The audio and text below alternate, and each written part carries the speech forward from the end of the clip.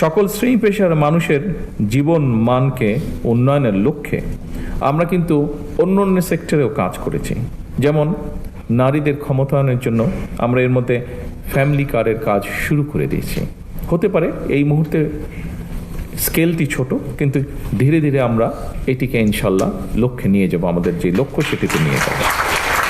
এর বাইরেও আমরা বলেছিলাম আমাদের সমাজের সম্মানী একটি শ্রেণী, বিভিন্ন মসজিদ সহ বিভিন্ন ধর্মের যারা ধর্মীয় গুরু আছেন, মসজিদের ইমাম খতিব সাহেবরা আছেন, তাদেরকে আমরা একটি সম্মানের আওতায় আনতে চেয়েছিলাম।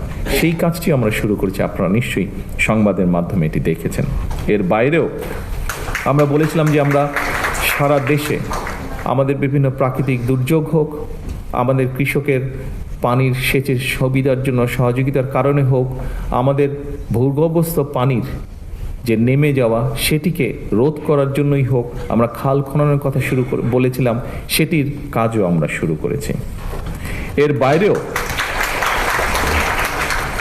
বাইরেও আমরা বলেছিলাম যে আমরা এই দেশের কৃষকরা হচ্ছে এই দেশের সবচেয়ে বড় একটি অংশ।